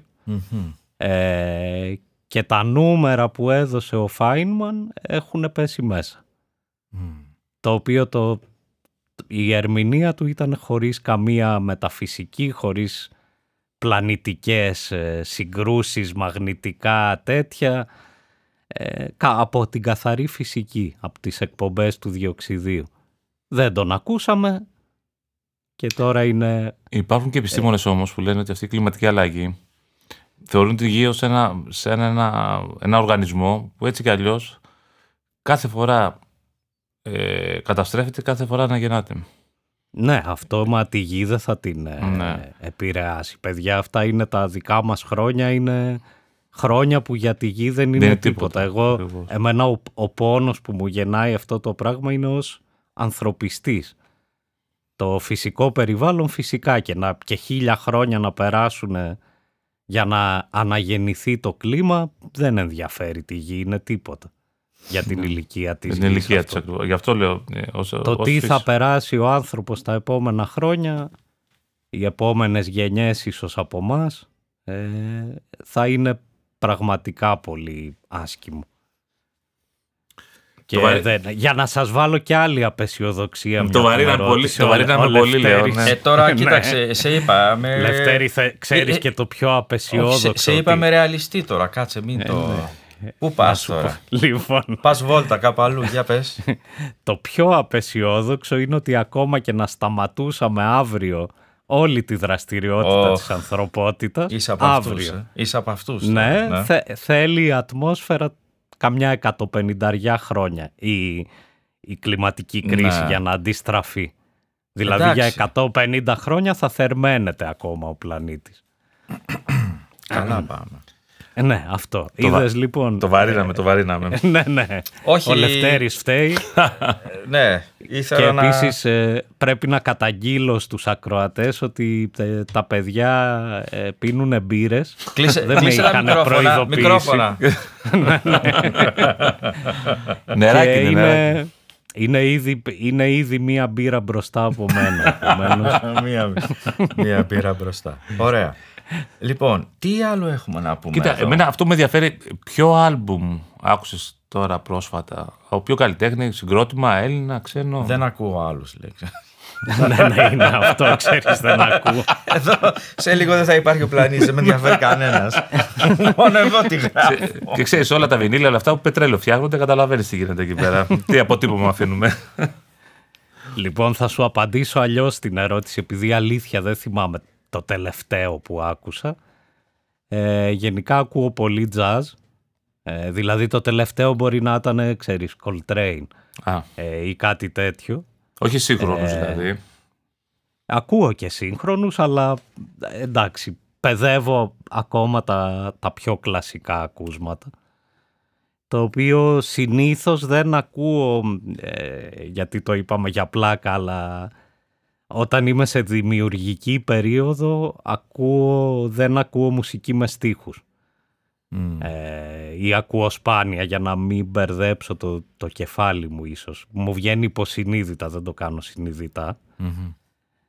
Αυτό λοιπόν, λογικά κάτι τέτοιο θα άκουσα, κάποια jazz. Άκουσα πρόσφατα, δεν είναι το τελευταίο, άκουσα μια που είπες αν ακούω σύγχρονους, ένα σχήμα από την Αθήνα, ένα τρίο jazz, τους Spiral Trio. Όπου ο βασίστας τους, ο Αρίωνας Γυφτάκης, είναι από την Καλαμάτα. Εξαιρετικό τρίο. Είναι, ναι. Από βιβλία? Βιβλία διάβασα πρόσφατα του Βίκτορ Γούτεν. Είναι ένας μπασίστας. Γούτεν, ναι. Επίσης πολύ σημαντικός, ας πούμε, για το ηλεκτρικό μπάσο, ο οποίος έχει γράψει ένα βιβλίο αρκετά διασκεδαστικό, θα το έλεγα, που συνδυάζει την άποψή του για τη μουσική με λίγη μεταφυσική. Αρκετά ενδιαφέρον για ένα μουσικό να το διαβάσει. Μεταφρασμένο αυτό ή... Όχι, στα αγγλικά. Στα αγγλικά. Και διάβασα και του Κορτάσαρ πρόσφατα τις ιστορίες των Κρονοποιό και των Φάμο. Το ξανά διάβασα μάλλον, που είναι μια συλλογή από διηγήματα. Κορτάσαρ, ναι. Αναφερθήκαμε και νωρίτερα. Ο Κορτάσαρ είναι αγαπημένος συγγραφέας στη χώρα εδώ, ναι. Και γενικώς, δηλαδή έχει ακουστεί το όνομά του πολύ, παίζει στην παγκόσμια λογοτεχνία αρκετά. Να σας κάνω και ένα συνδυασμό, μια που σας έλεγα πριν για την jazz. Ο Κορτάσαρ έχει γράψει ένα πανέμορφο βιβλίο για τον... έλα τώρα, κόλλησα. Σαξοφωνίστα τι? Σαξοφωνίστα, πολύ σημαντικό. Όχι, πιο παλιά. Όχι από τον Ellington, πιο παλιά. Καλά, κόλλησα. Ή θα μου έρθει ή θα το κόψει στο Έντι το Γιώργος αυτό. Καλά. Τέλος πάντων, το βιβλίο λέγεται «Ο Κυνηγός». Ο Κυνηγός. Είναι καταπληκτικό. Είναι η βιογραφία του μουσικού. Του μουσικού. Έλα ρε εσύ ο τρελός, και ξέχασα πώς τον λένε. Καλά, μέχρι να σου έρθει να το θυμηθείς. Ναι. Θα σου πω τώρα, για να μην κάνουμε κοιλιά, όπως λένε, έτσι. Από τις μπειρές. Να μην κάνουμε κοιλιά. Ότι Πάνε πολλά χρόνια. Είχα διαβάσει το Κουτσό του Κορτάσαρ, ο οποίος είναι ένα βιβλίο που νομίζω είχε πάει πολύ καλά εδώ στη χώρα. Τέλος πάντων, τώρα αυτό έχει να κάνει με τις εκδόσεις. Το είχε βγάλει ο Εξάντας, ο οποίος νομίζω πια δεν υπάρχει. Και είχα βρεθεί μπροστά σε ένα πολύ ενδιαφέρον φαινόμενο. Δεν έχω ξανασυναντήσει τέτοιο βιβλίο. Έχει χωρίσει το υλικό μέσα, το περιεχόμενο όλο. Το έχει κόψει σε κεφάλαια, αριθμημένα. Και ο συγγραφέας δίνει μια συγκεκριμένη σειρά να διαβαστεί το βιβλίο. Τώρα δεν θυμάμαι αν σου λέει, αν σε αφήνει να διαβάσεις από το 1 μέχρι το 100 για παράδειγμα, να τα πάρεις το ένα μετά το άλλο. Και προτείνει επίσης και έναν δεύτερο άλλο τρόπο. Σου λέει ξεκίνησε να διαβάζεις τα πρώτα 30, μετά μην διαβάσεις μέχρι το 35, πήγαινε στο 36, από το 70 πήγαινε στο 82, γύρνα στο 67 κτλ. Οπότε έτσι σου δίνει και μια δεύτερη ανάγνωση του βιβλίου, ανάλογα με το ποιο δρόμο θα ακολουθήσεις. Είχα κάνει την προσπάθεια, το είχα διαβάσει και με τις δύο, και τις δύο φορές. Είχε πολύ ενδιαφέρον. Το είπαμε και πριν αρχίσουμε την κουβέντα, ότι το έχω ξεκινήσει αλλά δεν το έχω προχωρήσει. Εντάξει, ναι. Είναι αρκετές σελίδες, είναι πολυσέλιδο βιβλίο. Θυμάμαι ότι μέχρι εκεί που έφτασα, που δεν ήταν καν η μέση, ήταν πριν τη μέση, είχε μία από τις ομορφότερες ερωτικές περιγραφές που έχω δει σε λογοτεχνία. Ναι, είναι με τη φίλη του εκεί ο ήρωας. Που φιλιούνται και περιγράφει ένα φιλί με έναν τρόπο απίθανο ο Κορτάσαρ. Με τις ανάσες που μπλέκουν. Έχει ένα πάρα πολύ ωραίο, τώρα θα το αδικήσω. Εντάξει. Αν το πω. Ναι. Λοιπόν, ναι. Και βρήκες το άλλο. Για να στο συνδυάσω. Το λέω, παιδιά, να κάνετε το μοντάζ από εδώ, λοιπόν. Για να συνδυάσουμε με αυτό που σου είπα πριν, ότι ακούω αρκετή jazz αυτή την εποχή. Θυμήθηκες που μουσικός. Ναι, ο Κορτάσαρ έχει γράψει... Μου το χάλασες τώρα, ρε, το μοντάζ. Εγώ το έβαλα για να κόψετε τελείως το άλλο. Θα το βρείτε. Λοιπόν, το ξαναλέω από την αρχή, λοιπόν. Για να συνδυάσω με αυτό που σας είπα πριν, ότι ακούω αρκετή jazz, ο Κορτάσαρ έχει γράψει ένα καταπληκτικό βιβλίο που λέγεται «Ο κυνηγός», είναι μικρό, το οποίο είναι η ζωή του Τσάρλι Πάρκερ. Ναι. Και παίρνει πραγματικά περιστατικά από τη ζωή του Τσάρλι Πάρκερ και τα αφηγείται με έναν απίθανο τρόπο. Και λέγεται «Ο κυνηγός» το βιβλίο. Ναι. Θα το πάρω να το διαβάσω αυτό, γιατί μου αρέσει πολύ. Πάρα πολύ ωραίο. Ο Πάρκερ μου αρέσει πάρα πολύ. Ναι. Ναι. Αυτό το μέρος της, μπορούμε να το πούμε, κλασική jazz, το Πάρκερ, ναι. Μ' αρέσει πάρα πολύ. Δεν ξέρω πώς αλλιώς να το πω. Είναι ο ρυθμός του, είναι το ύφος του. Ναι. Ένας τεράστιος μουσικός. Ναι. Δηλαδή, ορίστε, κάτι για να μας γεννάει αισιοδοξία είναι το πόσο υπέροχοι καλλιτέχνες έχουν περάσει από τον πλανήτη σε όλες τις εποχές. Και πόσοι υπέροχοι υπάρχουν, Ναι, και σε όλες τις τέχνες. Και οι τέχνες είναι και ένας τρόπος να συνεχίζουμε ακόμα και στις δύσκολες εποχές. Στο εικαστικό κομμάτι, Οδυσσέα, τώρα το θυμήθηκα κιόλας, και για τον τελευταίο δίσκο σου, αλλά και για τους προηγούμενους δίσκους. Έχεις, στο τελευταίο δίσκο, στο πρώτο καλοκαίρι του κόσμου, έχεις τα εξώφυλλα. Το εξώφυλλό σου είναι από ένα πίνακα ή ένα installation. Τι είναι αυτό? Ναι, είναι από ένα πίνακα του Γιώργου του Λαγουδιανάκη, ενός εξαιρετικού ζωγράφου, το οποίο βέβαια αδικείται λίγο, γιατί αυτά τα άμαθα στο τύπομα. Το χρώμα που έχει βγάλει ο Γιώργος στον πίνακα, αυτό είναι μια μικρή λεπτομέρεια από τον πίνακα. Το χρώμα στον ήλιο που έχει βγάλει είναι τόσο φωτεινό που είναι έξω από αυτά που μπορούν να τυπώσουν τα μηχανήματα. Δεν τυπώνεται απλά δηλαδή. Όσο και να το προσπάθησα. Και γενικά τώρα... Ναι, για πέρα. Μιλάς με δύο τύπους που έχουν ασχοληθεί με την γραφιστική και θα μπορούσαν να κάνεις κολπάκια διάφορα, τα οποία να το έβγαζε μπροστά. Ούτε με ένα τοπικό UV κάτι. Είναι όταν σου στείλω σε ποιο σημείο του φάσματος είναι. είναι τελείως έξω. Ούτε ένα παντόν διαφορετικό. Και από το Pantone είναι πολύ πιο πάνω. Ναι. Τέλος πάντων, ας μην πιάσουμε το τεχνικό. Γενικά στα εξώφυλλα των δίσκων μου πάντα χρησιμοποιώ φύλους εικαστικούς. Μου αρέσει η αντίληψη. Γενικά αγαπάω πάρα πολύ τα εικαστικά. Έχω κάνει κι εγώ κάποιες απόπειρες. Δεν ξέρω αν είναι πετυχημένες ή αποτυχημένες. Έχω κάνει installation, video art κλπ. Η σύντροφός μου είναι ζωγράφος και πάντα στα εξώφυλλα προτιμώ από το να πάρω ένα γραφίστα βάζεις δουλειά, να βάλω έναν ζωγράφο. Είχα δει από δικό σου live ήταν από τη σελίδα στο Facebook που έχεις μια φωτογραφία, μια κιθάρα και ένα δοξάρι, αν δεν κάνω λάθος. Ναι, αυτό ήταν σε έναν καταπληκτικό χώρο για εικαστικά που υπήρχε εδώ. Δεν θα πω τι είχες κάνει. Λεγόταν Two Elephants. Ο χώρος και είχα κάνει ήταν μια μικρή εγκατάσταση και παίξαμε και με μια φίλη μου τραγουδίστρια, τη Μαρία την Κριτσοτάκη. Ήταν πολύ ωραία αυτή η φωτογραφία. Μ' άρεσε πάρα πολύ. Αυτό που είδα, το αποσπασματικά το είδα βεβαίως εγώ, σαν φωτογραφία. Εμένα μ' άρεσε πάρα πολύ. Για δικούς μου λόγους, τώρα δεν ξέρω αν συνάδουν μαζί τους δικούς μου λόγους. Λεγόταν Unholy, αν θυμάμαι καλά. Δεν θυμάμαι πώς λεγόταν, αλλά αυτό που όλο το κόνσεπτ που είχα κάνει εκεί. Και ένα κομμάτι, είχα φτιάξει διάφορους ανάποδους σταυρούς για να δω. Το είπες τι έχεις κάνει, το είπες. Δεν ήθελα να το πω, κατάλαβες. Με διάφορα αντικείμενα, ψάχνοντας έναν άλλο συμβολισμό.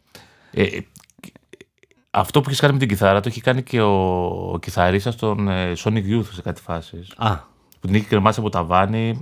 Ηχητικά έπαιζε αυτός. Έπαιζε πολύ ηχητικά με αυτό. Και με το δοξάρι, αλλά το έχει κάνει, το έχει προσπαθήσει. Με δοξάρι παίζω πολύ κι εγώ γενικά και στις συναυλίες. Συγγνώμη γιατί περνάει αεροπλάνο, αυτά είναι του Ηρακλείου. Μία μικρή παύση. Ναι, λοιπόν, με δοξάρι παίζω κι εγώ συχνά στις συναυλίες, όπου ξέρεις, πάντα όλοι έχουν την απορία, μα μπορείς να παίξεις κιθάρα, να βγάλεις μελωδία με το δοξάρι, και τους λέω, μα δεν με ενδιαφέρει να βγάλω μελωδία. Μ' αρέσει ο ήχος του δοξαριού όπως τρίβεται πάνω στη χορδή, αυτό προσπαθώ να εκμεταλλευτώ. Το στρίγκλισμα. Ναι, και όχι όχι να μιμηθώ το βιολί, ας πούμε, ή κάποιο άλλο τοξότο όργανο. Ναι, τώρα πάμε σε άλλη κουβέντα, πολύ καθαρά μουσική που δεν θέλω να πάμε προς εκεί. Αλλά... Εγώ θα έλεγα να κάνουμε ένα μικρό διάλειμμα. Πάμε από τον Οδέ στον Πρίγκιπα, να ακούσουμε την προσευχή. Βεβαίως. Αν θες και εσύ, βεβαίως, ναι. Ωραία. Ναι, άλλη μόνο να μην θέλω. Βάμος.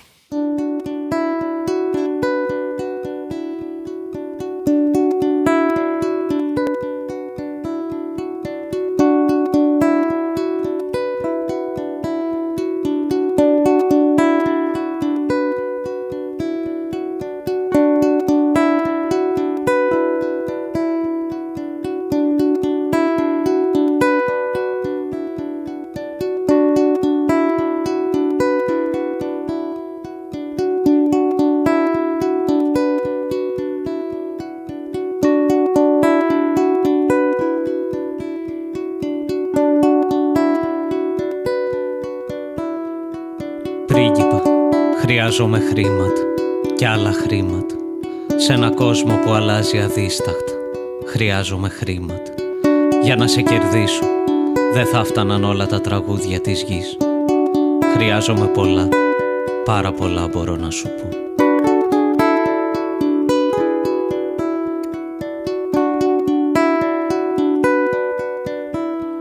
Αυτά τα ανθοκήπια και αυτές οι πισίνες και αυτά τα υδρόβια μες στα δωμάτια που μας προσμένουν χρειάζονται χρήματα. Χρειάζομαι τόσα λεφτά για τσιμέντο και χάλιβα και όλη τη θάλασσα. Χρειάζομαι φως από πικρό αμμοχάλικα. Πρίγκιπα, κι είμαστε τόσο, μα τόσο φτωχοί.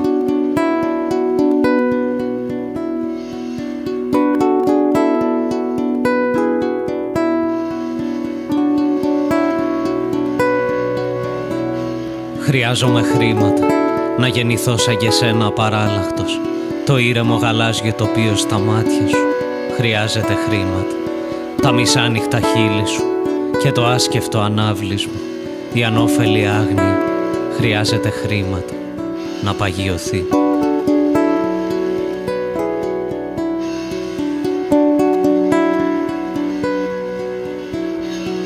Άρχοντα, δεν νιώθω πια τίποτα, ούτε για σένα. Το παιχνίδι μας δεν αλλάζει τα καθορισμένα βήματα. Χρειάζομαι χρήματα για να μεταμορφώσω ένα χερσότοπο σε πανδαιμόνιο μουσικής.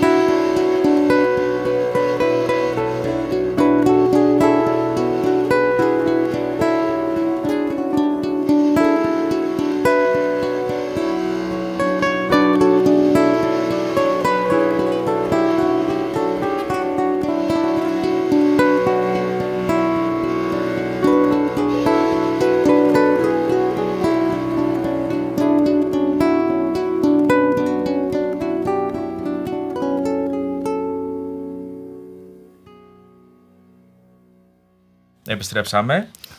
Ακούσαμε την προσευχή από το άλμπουμ «Οδές στον πρίγκιπα», ένα άλμπουμ το οποίο δεν έχει τυπωθεί βέβαια, έτσι, όπως μας είπες νωρίτερα. Ναι, και θα το πω άλλη μια φορά, ελπίζω φέτος να καταφέρω επιτέλους να το τυπώσω. Ναι. Με στενοχωρεί που δεν έχει τυπωθεί, γιατί είναι μια δουλειά που την αγαπάω πάρα πολύ. Κείμενα δικά σου, στίχη? Όχι, είναι του Ασλάνογλου. Νίκος Αλέξη Ασλάνογλου, ναι. Θες να μας πεις δύο λόγια μήπως για τον Ασλάνογλου? Γιατί αν θες το κάνεις, αλλιώς έχω να σου κάνω μια πολύ επίσης σημαντική ερώτηση. Να μην πω καλύτερα για τον Ασλάνογλου, να τον διαβάσει ο κόσμος αν θέλει. Εγώ τον θεωρώ έναν εξαιρετικό ποιητή, και αν θες μπροστά από την εποχή του, δηλαδή νομίζω ότι ταιριάζει πολύ περισσότερο στο 20 από ότι το... Δεν τον έχω διαβάσει, θα το κάνω. Ναι. Αυτό, ναι. Καλύτερα λοιπόν να μην πω, ας μιλήσει η ποίηση. Ωραία, δεν έχει νόημα να πούμε βιογραφικά. Ωραία, οπότε θα... Και ας ακούσει και το δίσκο μου αν θέλει. Θα συναντηθούμε από κοντά και θα μιλήσουμε για τον Ασλάνογλου διαζώσεις. Με μπύρες. Ναι, ή κρασί, ένα καλό λευκό κρασάκι. Πού μπορεί να τον ακούσει το δίσκο, συγγνώμη? Είναι όλοι οι δίσκοι μου, είναι δωρεάν στο Bandcamp. Όποιος θέλει να με ενισχύσει μπορεί να βάλει έχεις κάποιο ένα site? ποσό ή να παραγγείλει CD. Κάποιο site? Έχω το site, το βρίσκεται στο Google γράφοντας Ξέφρενο Αερόστατο. Έχει τα πάντα, links, κείμενα δικά μου, έργα. Εμείς το ξέρουμε. Μπορείτε να δείτε ό,τι χρειάζεστε. Εμείς το ξέρουμε, το έχουμε επισκεφτεί πολλές φορές, απλά για αυτούς που ακούνε, κατάλαβες. Εντάξει, αυτό και βέβαια θα το... Ίσως έπρεπε να το είχαμε πει και νωρίτερα αυτό, έτσι, δηλαδή να ακουστεί παραπάνω.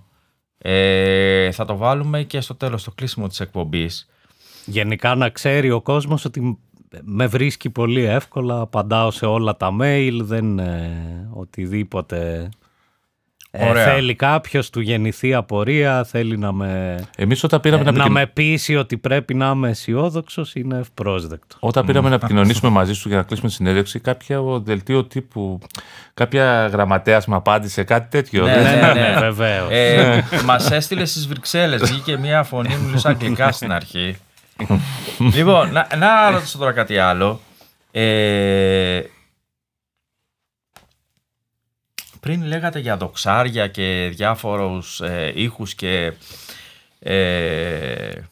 που εγώ έτσι με κάνει να σκέφτομαι και ήχους από αντικείμενα και διάφορα τέτοια χρήσεις για όργανα. Εγώ αντιλαμβάνομαι τη μουσική με ένα συγκεκριμένο τρόπο, δηλαδή είμαι ένας απλός ακροατής που θέλω να ακούω μια μελωδία. Καταλαβαίνω όμως πως εδώ σήμερα δικαίως, δηλαδή πρέπει να το πούμε αυτό, έχουμε έναν άνθρωπο ο οποίος έχει ασχοληθεί με τη μουσική και αρκετά έτσι πειραματικά. Δηλαδή ασχολείται με τον πειραματισμό στη μουσική, έχοντας βέβαια για εμάς που τον έχουμε καλέσει στην εκπομπή μας ένα εξαιρετικό αποτέλεσμα. Θες να μας μιλήσεις λίγο για τον πειραματισμό στη μουσική έξω από αυτό που λέμε ρε παιδί μου, την πεπατημένη, τα γνωστά δεδομένα? Και πώς βρίσκεις τον εαυτό σου μέσα σε μουσική, αυτό που λέγαμε πριν, πώς την αντιλαμβάνεσαι κι εσύ? Ναι, κοίτα λοιπόν για τον πειραματισμό ο όρος γενικά είναι λίγο προβληματικός σαν πειραματική μουσική, δηλαδή το πώς ορίζεται και λοιπά, αλλά μην πάμε στη θεωρία και το τι βαφτίζουμε στη σύγχρονη εποχή πειραματική μουσική δεν είναι απαραίτητα αυτό. Ωραία. Δηλαδή η μουσική, η σύγχρονη αν θέσει, έχει περάσει σε μία αφαίρεση.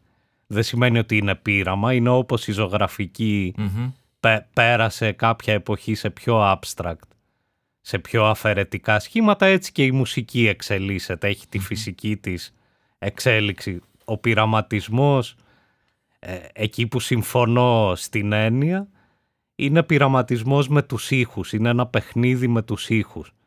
Δηλαδή το να μην με δεσμεύει η κιθάρα μου, να μπορώ να μ' αρέσει ο ήχος από αυτό το τασάκι που έχω δίπλα μου, θα το πάρω στη συναυλία και θα παίξω με αυτό. Φτιάχνουμε αρκετή μουσική πια, ποιότητες στους ήχους. Τώρα για το άλλο κομμάτι, για την αντίληψη, εδώ υπάρχει και ένα, αν θες, δεν μ' αρέσει να τα βαφτίζω προβλήματα, είναι αλλαγές στην εποχή. Επειδή στην εποχή μας η εικόνα είναι πια πολύ εύκολη, οι τεχνικές αναλύονται τόσο πολύ μέσω της εικόνας και όχι του ήχου, που δεν ξέρω αν μας κάνουν να ξεχνάμε τη μουσική, το τι είναι δηλαδή, τελικά. Ένα κομμάτι πειραματικό της εισαγωγικά δεν μπορεί να σταθεί χωρίς εικόνα. Ερώτηση είναι, όχι ότι... Ναι, μα αυτό που λέω δεν αναφέρομαι μόνο στην πειραματική μουσική. Γενικότερα, δηλαδή σκέψου και ένας κιθαρίστας που κάνει ένα τρομερό σόλο, ας πούμε, τον τρομερά τεχνικό σόλο, τον έχουν αναλύσει σε δευτερόλεπτα μέσω της εικόνας του πρώτα. Ναι, προτού ακούσουν τη μουσική που παίζει. Στην εποχή τώρα που ζούμε, που είναι μια εποχή της εικόνας πλέον. Ναι, αυτό. Η εποχή της εικόνας είμαστε. Δεν μπορεί να σταθεί η μουσική μόνη της. Δηλαδή, τι εννοώ? Η μουσική, ναι, συγγνώμη, συνέχισε και μόνη της. Δηλαδή, τι εννοώ? Δεν μπορεί να σταθεί ένας δίσκος να τον βάλεις σε ένα pick-up, σε ένα CD player, σε ένα κασιτόφωνο, σε οτιδήποτε, και να μην έχεις το βίντεο κλιπ από πίσω ή το live να βλέπεις από πίσω. Δεν μπορεί να σταθεί αυτό σε έναν ακροατή? Δεν μπορεί να σταθεί. Στη σημερινή κοινωνία και στη γενιά που ζει αυτή την εποχή, λέοντας πάντα. Ναι, όχι σε εμάς που μεγαλώσαμε σε άλλα πράγματα. Ναι, κοίτα, φυσικά μπορεί να σταθεί και φυσικά πιστεύω ότι γίνεται ακόμα. Τώρα σε εμπορικό κομμάτι δεν μπορεί, και εμένα ο προβληματισμός που ήθελα να βάλω είναι πώς επηρεάζει η εικόνα και τον τρόπο που αντιλαμβανόμαστε τη μουσική σε πιο μεγάλο βάθος. Δηλαδή μήπως έχουμε αρχίσει και αναζητάμε πράγματα τα οποία μπορούμε να τα ακούγοντας κάτι προσπαθούμε να το παραπέμψουμε σε μία εικόνα, αντί να αφήνουμε μόνο τα αυτιά μας. Αυτό και είναι πλέον πολύ ισχυρή εικόνα. Δεν περιορίζει τη φαντασία, δεν περιορίζει την ακουστική μας, την αντίληψη όσον αφορά τη μουσική, την αντίληψη δηλαδή. Στην κατευθύνη, εγώ σου λέω ότι είναι προβληματισμός μου μήπως συμβαίνει πια αυτό. Δηλαδή μήπως έχουν μπλεχτεί τόσο πολύ που κάπου χάνουμε τη μουσική. Δεν ξέρω, δεν έχω απάντηση. Κοίταξε, Οδυσσέα, τώρα έτσι όπως το λες, έτσι κι αλλιώς η μουσική έχει την τάση, θέλω να πω, αλλά μέρος της δουλειάς της είναι να σε μεταφέρει και κάπου. Δηλαδή, είτε συναίσθημα είναι αυτό που σου παράγει, είτε μπορεί να σου εμφανίσει κάποιες εικόνες στο νου. Οπότε, από εκεί, δηλαδή, επειδή εγώ παίρνω ως αφετηρία μια μουσική για να πάω να μπω είτε στο συναίσθημα είτε σε κάποιες άλλες εικόνες, αν δεν το κάνει η μουσική, θεωρώ πρόβλημα της μουσικής που δεν το καταφέρνει. Σε εσύ μένα. όμως λες για δικές σου εικόνες, εγώ δεν μιλάω γι' αυτό. Εγώ έκανα μια σύνδεση για να στο πω όσο πιο... Ναι. Με εικόνες του Hollywood λες τώρα εσύ, όχι, λέω με εικόνα ότι ακούμε ας πούμε έναν drummer να παίζει, ναι, και δεν μπορούμε να ακούσουμε το παίξιμό του αν δεν φανταστούμε τι κάνει με τα χέρια του. Ακριβώς. Αυτό λέω. Δεν είναι οι εικόνες που μας δημιουργεί η τέχνη. Άλλο αυτό είναι προσωπικό. Είναι φυσικά όχι απλά ευπρόσδεκτες και οι διαφορετικές εικόνες. Ναι. Έτσι οπότε λες δηλαδή το έκανα μια σύνδεση με την τεχνική που λέγαμε πριν. Ναι. Ότι μήπως πλέον η τεχνική, γιατί η περισσότερη εικόνα είναι επίδειξη τεχνικής, τα μουσικά. Ναι. Λευτέρη, να σου πάνω σε αυτό που είπε ο Λευτέρης, για μένα η μουσική καλύτερα να δημιουργεί εικόνες, όχι να συνδέει με εικόνες. Ναι. Δεν ξέρω αν το είπε. Όχι, κατάλαβα τι εννοεί ο Οδυσσέας. Σου λέει ότι ουσιαστικά ακούς έναν drummer και σκέφτεσαι πώς παίζει, ενώ αν ακούς έναν ήχο ο οποίος δεν καταλαβαίνεις τι όργανο είναι, σαν να μην μπορείς να συνδεθείς με αυτό που ακούς. Ίσως. Ναι. Θα λειτουργούσε και έτσι. Εγώ σου λέω ότι μήπως έχει γίνει ανάγκη το να συνδέσει, έχουμε μια εικόνα οπτικά για να σε τραβήξει κάτι. Ναι. Δηλαδή μήπως το απαξιώσεις αν δεν έχεις αυτή την εικόνα του εντυπωσιασμού, αν θέλεις. Μα τα μέσα είναι μεγάλα. Τα μέσα είναι και δυνατά. Δηλαδή το ίντερνετ, οτιδήποτε. Η εικόνα υπάρχει παντού καθημερινά στη ζωή μας. Η οποία η εικόνα, η κινούμενη εικόνα πλέον, γιατί δεν υπάρχουν περιοδικά πλέον, η κινούμενη εικόνα, σίγουρα η mainstream μουσική βασίζεται μόνο στην εικόνα. Μόνο στην εικόνα. Μόνο. Εμείς μιλάμε τώρα για μια μουσική που είναι underground, που είναι υποκουλτούρα στην ουσία, και αυτό εξορισμού δεν πρέπει να βασίζεται στην εικόνα, κατά τη γνώμη μου. Γιατί? Γιατί είναι αυτό το underground. Το underground δεν είναι το πεπατημένο που είναι το mainstream. Εξορισμού πρέπει να είναι επαναστάτρια αυτή η μουσική, να μην βασίζεται στην εικόνα, να βασίζεται όμως το θεμελιώδες υλικό της, που είναι η μουσική. Ναι, βέβαια. Απλά και εκεί, επειδή υπάρχει πια αυτός ο προβληματισμός που... εντάξει, εγώ δεν τον έχω και πολύ, απλά το έχω συζητήσει με ανθρώπους που τον έχουν, είναι και ποιος θα μας ακούσει, παιδιά. Σίγουρα. Δηλαδή, όντως, αν έμπαινα στα κόλπα, ξέρω εγώ, του Instagram, του TikTok, οτιδήποτε, μπορεί να έβρισκα περισσότερους ακροατές. Μπορεί και όχι. Αλλά, εντάξει, κάποια στιγμή πρέπει ίσως να αποφασίσουμε το ότι κάποια τέτοια παιχνίδια πληγώνουν τη δουλειά μας και καταναλώνουμε χρόνο χωρίς τελικά να έχει νόημα. Κοίτα, δηλαδή και αν πουλούσα 10 δίσκους παραπάνω από το TikTok, εντάξει παιδιά, τι κέρδισα, ας πούμε. Είναι ούτως ή άλλως η μουσική DIY underground, δεν της μέλεται να γίνει εμπορική ποτέ, δεν θα ήθελε κιόλας να γίνει εμπορική. Δεν γουστάρει να γίνει. Δεν γουστάρει από αυτό που είπες. Αυτό που είπες δεν γουστάρει, και φύση θέση, εάν γίνει εμπορική, δεν θα είναι...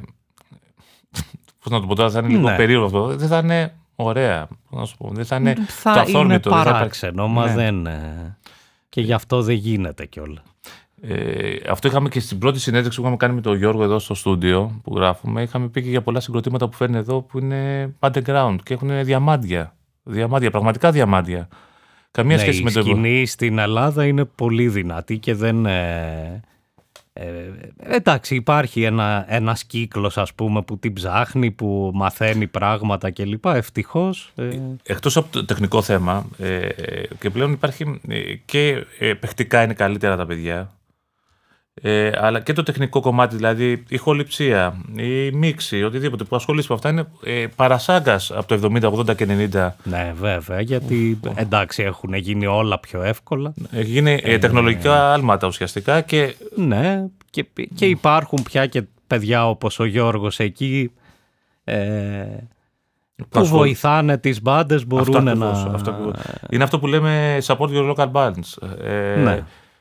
Εμείς το προσπαθούμε βεβαίως από τη μεριά μας, αλλά εμείς είμαστε κυνηγάμε ανεμόμυλους, κατάλαβες τώρα. Αλλά οκ, εντάξει, αλλά τουλάχιστον ξέρουμε ότι μας αρέσει και το κάνουμε. Να μας πει ο Οδυσσέας για μία ακόμα φορά πού μπορούμε να βρούμε τα άλμπουμ του, να τα αγοράσουμε, να τα παραγγείλουμε, να μας τα στείλει κάποιος, όποιος τέλος πάντων από εκεί που βρίσκονται. Για πες μας, Οδυσσέα. Ναι, τα άλμπουμ μου υπάρχουν και σε κάποια δισκάδικα, μην τα αναφέρω τώρα. Δεν χρειάζεται. Είναι κάμποσα και δεν. Μπορείτε να τα βρείτε στο site μου τα δισκάδικα, αν θέλετε να ενισχύσετε και τα δισκοπολία. Αλλιώς απευθείας σε μένα, είτε στο Bandcamp, είτε μου στέλνετε ένα μήνυμα και γίνεται και έτσι. Με βρίσκεται ως Ξέφρενο Αερόστατο στο Bandcamp, στο site μου, στο YouTube. Ναι. Όχι, στο site του Ξέφρενο Αερόστατο είσαι πάρα πολύ επεξηματικός. Έχεις όλες τις λύσεις, που θα βρεις τα κομμάτια σου, τι θα διαβάσουν για σένα, ναι. Και τις περιόδους σου βεβαίως. Και για μας είσαι από τους λίγους που ψάχνουμε, που είναι που δίνουν τόσα πράγματα για αυτό που κάνουν. Συνήθως ένα Bandcamp, αυτό είναι πάρ' έφυγες. Όχι, εμένα είναι και ήμουνα και από παλιά, από τα παλιά τα χρόνια είχα και blogs και μ' άρεσε πολύ αυτό το μοίρασμα συνολικότερων πραγμάτων, όχι μόνο της μουσικής, επομένως το συνεχίζω μέσα από το site μου όσο γίνεται. Επειδή κλείνουμε σιγά σιγά, θέλαμε να το αφήσουμε για το τέλος. Μεγάλος θαυμαστής σου. Μεγάλος θαυμαστής σου εγώ προσωπικά. Νίκο. Δεν ήθελα να το πω από την αρχή, αλλά στο λέω από τώρα. Εντάξει, και για όλο αυτό που έχεις κάνει, και για όλο αυτό που έχεις κάνει, δηλαδή και το One Band, δηλαδή ένας άνθρωπος στο συγκρότημα, αλλά και για αυτό που βάζεις, όλες τις κειμενικές σου αναφορές, όπως λέει και ο Λευτέρης, οι κειμενικές σου αναφορές είναι πολυπίκυλες. Δεν είναι κάτι το οποίο μιλάμε για τα καλοκαίρια μας, τι ωραία περάσαμε, τι ερωτευθήκαμε και όλα αυτά. Όταν γίνω αισιόδοξος θα το κάνω αυτό. Υπόσχομαι στο Λευτέρη κυρίως. Για μένα είμαι θαυμαστής, το ξέρεις, τους δίσκους τους έχω. Προτείνω, έχω δώσει και δώρο δίσκο σου, δηλαδή τόσο πολύ να το ξέρεις. Έχει κάνει και σε μένα, Οδυσσέα. Με μίλησε και εμένα. Έπιασε το δώρο ή? Ναι, έπιασε. Λοιπόν, να κλείσουμε σιγά σιγά, ναι. Θα βάλουμε για τελευταίο κομμάτι την ακινησία, το ορχιστρικό όμως, το οποίο... Μετά την απελπισία και την απεσιοδοξία... Πάμε στην ακινησία. Όχι απελπισία, ναι. Πάμε στην ακινησία. Το έσωσα στο τέλος, γελάσαμε. Ναι. Ωραία, λοιπόν. Θα ξαναπούμε για την αποφώνηση. Εγώ... Για την αποφώνηση να μπούμε δηλαδή μετά. Μετά θα ξαναπούμε. Δεν έχεις μάθει το σκελετό της εκπομπής ακόμα. Ανεπίδεικτος μας είδε. Λοιπόν, πάμε. Οκ, μπαίνουμε στην ακινησία και ερχόμαστε σε λίγο.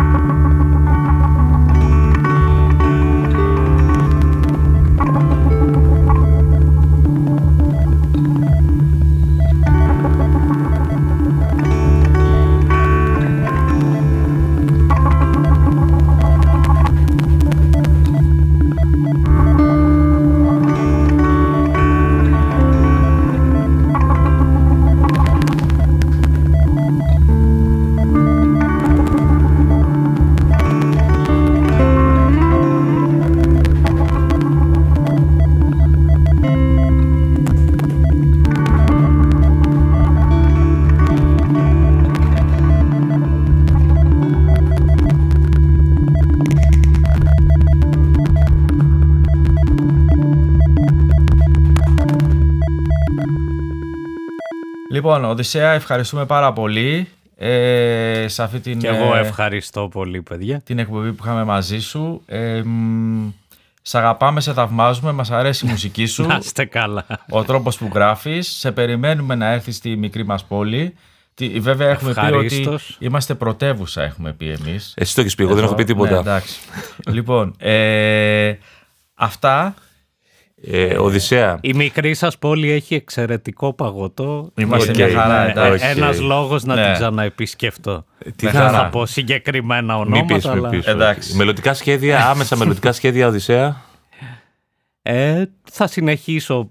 Δουλεύω ένα καινούριο δίσκο. Αυτό πάει πολύ αργά. Δηλαδή όταν δικό λέω σου. ότι δουλεύω κάτι είναι δικό μου. Έχω το κόνσεπτ και έχω αρχίσει και επεξεργάζομαι κάποιες ιδέες. Αυτό μπορεί να πάρει 5 μήνες, μπορεί να πάρει και 3 χρόνια, δεν ξέρω, θα δούμε. Θα είμαστε και κατά τα άλλα θα συνεχίσουμε τα live σίγουρα με τις αρκούδες των αγωγών της πολυκατοικίας και εκεί θα αρχίσουμε να γράφουμε σιγά σιγά. Αθήνα θα ανέβεις καθόλου με αυτό το σχήμα, τις αρκούδες? Αθήνα γενικά ανεβαίνω κάθε χρόνο. Θα το βρούμε. Είναι νωρίς για προγραμματισμό. Πολικές. Στην πολυκατοικία και δεν μπορεί να είναι πολικές να είναι. Σωστά, ναι, γιατί είναι με τον καύσωνα λίγο, ξέρω εγώ. Είναι αυτές που διώξαμε για να κάνουμε αντιπαροχή, οπότε... Και αιωλικά. Εντάξει. Αυτά λοιπόν είναι στα σκαριά. Στο επόμενο tour ελπίζω να έρθω και από την Καλαμάτα πάρα πολύ. Και από το στούντιο κιόλας. Θα σε φέρουμε από το στούντιο. Να κεράσετε μπύρα. Θα σε φέρουμε από το στούντιο να σε ακούσουμε live. Ναι, βεβαίως. Αυτό θα κάνουμε. Εντάξει. Με χαρά. Να είστε καλά. Καλό σας βράδυ. Καλό απόγευμα. Φιλιά στην Καλαμάτα. Γεια σας. Φιλιά στην Κρήτη. Τίποτα άλλο. Γεια σας.